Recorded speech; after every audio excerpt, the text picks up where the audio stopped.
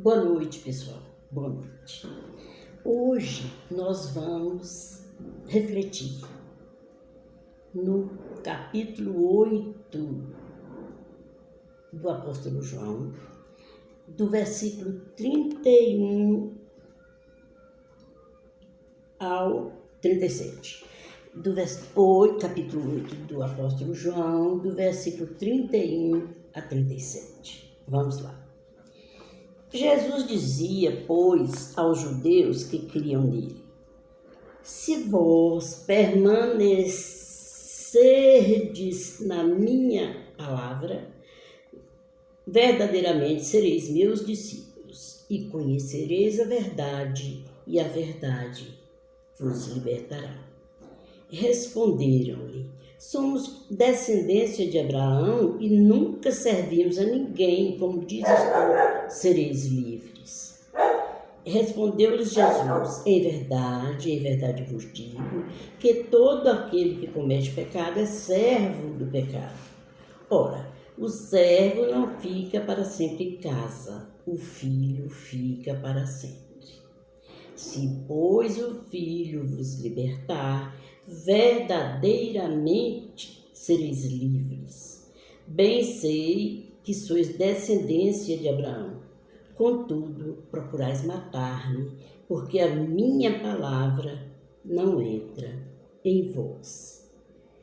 Interessante aqui no versículo 33 é que eles dizem que eles são descendentes de Abraão, então eles nunca foram, são livres. Eles pensam, por ser filhos de Abraão, eles eram livres, eles pensavam. Então, vamos falar um pouco sobre isso. Bem,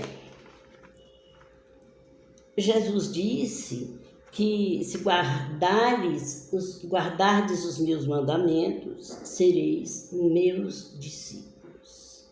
Quais são esses mandamentos? São muitos, mas pode ser perdoador, misericordioso, fiel, amar o inimigo, orar pelos que nos perseguem, ser manso, justo, pacificador, fazer bem aos que nos odeiam, bem dizer quem nos maldiz.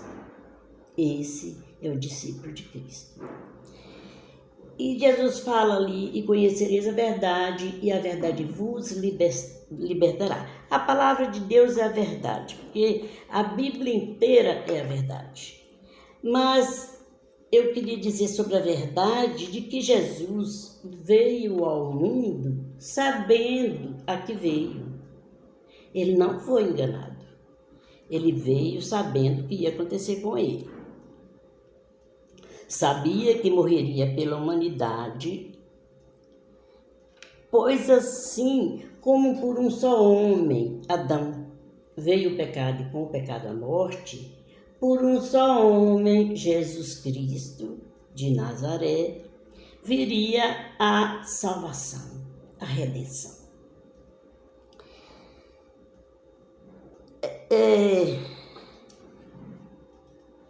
A desobediência traz consigo maldição. E a obediência traz consigo bênção. Jesus foi obediente ao Pai até a morte, e morte de cruz. Porque Jesus, quando os que o crucificavam diziam assim: desce da cruz, que a gente vai crer que você é o Filho de Deus, ele não desceu. Ele obedeceu ao Pai, porque se ele tivesse desobedecido, nós estávamos fritos. Bom, a Bíblia diz assim, e o Verbo se fez carne e habitou entre nós. Na época de Jesus, a sentença máxima era a crucificação. os algozes vinham e quebravam as pernas dos crucificados para que eles morressem por asfixia, porque enquanto eles tinham condição de estar firmando o pé para o joelho ficar dobrado, eles faziam isso. Aí, quando mandaram ver se Jesus tinha morrido, eles não quebraram as pernas de Jesus. Quebraram, os outros dois eu acho que já estavam mortos. E aí eles não quebraram as pernas de Jesus porque tinha uma profecia no Velho Testamento que não iam quebrar um osso dele. Nem o osso dele seria quebrado. Inclusive, as chicotadas que ele levava, na ponta do chicote, tinha osso. Tinha chumbo para cortar a carne dele. Mas não quebrava os ossos, porque já era profecia. Agora, eu fico pensando assim, os budistas, os reencarnacionistas e outros istas, eles, como que eles fazem para, aguardando o céu, aguardando ser redimido? Tentando, por conta própria, eliminar os pecados, ciúme, inveja, tudo que é ruim no homem. Eles, por conta própria, eles são ensinados a se esforçarem para que esses pecados sejam manifestados em uma nova vida, uma nova maneira de viver. Mas eu digo uma coisa, nenhuma das religiões consegue que alguém seja transformado porque ensinaram, porque eles se esforçaram. Ninguém. Só quem é transformado é aquele que entendeu que Jesus Cristo é a nossa redenção, porque o Pai Celeste é maravilhoso, enviou o único Filho para morrer pela humanidade. Isso é amor. Um Deus morrendo pela criatura. Isso é amor. A pessoa que tenta ser transformada por esforço próprio, por ensino de alguém, ela não consegue. Ela não consegue de jeito nenhum. Porque ela pode até ser treinada, mas quando vem a adversidade, ela não consegue. Entendeu? Só quem tem o Espírito Santo é que é transformado, sabe?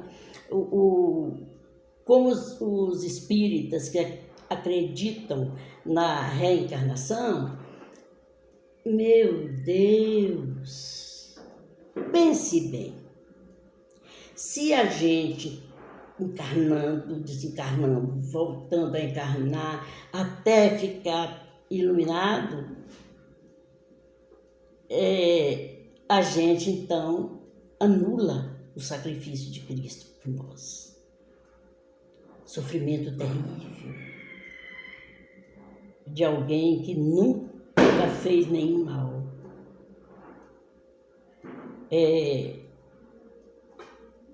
A gente precisa entender, não é? Eu até falo sempre, né, que não é sabedoria humana, que a gente entende as coisas por sabedoria humana, não é.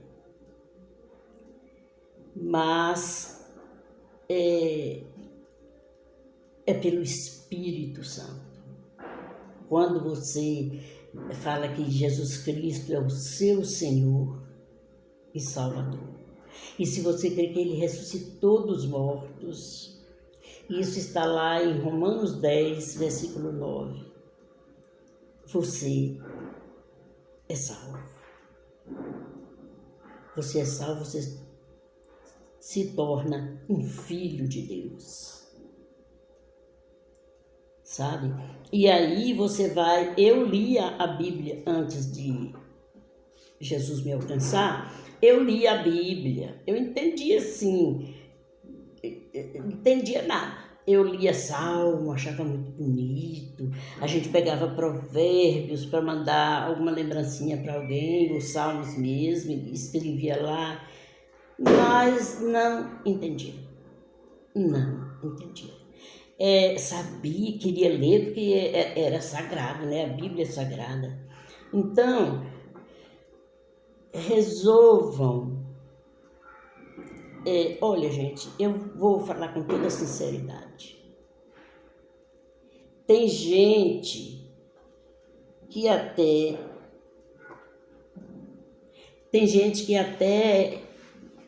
gostaria de ser um filho de Deus, de viver uma vida reta como Jesus quer, mas eles não conseguem abandonar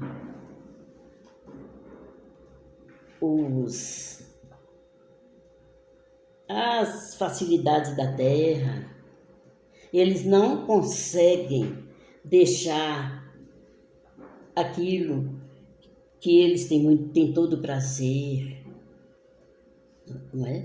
Porque a Bíblia diz que, em João também, no Evangelho de João, capítulo 1, a Bíblia diz que aquele que nasce da carne é carne, da vontade do papai e da mamãe.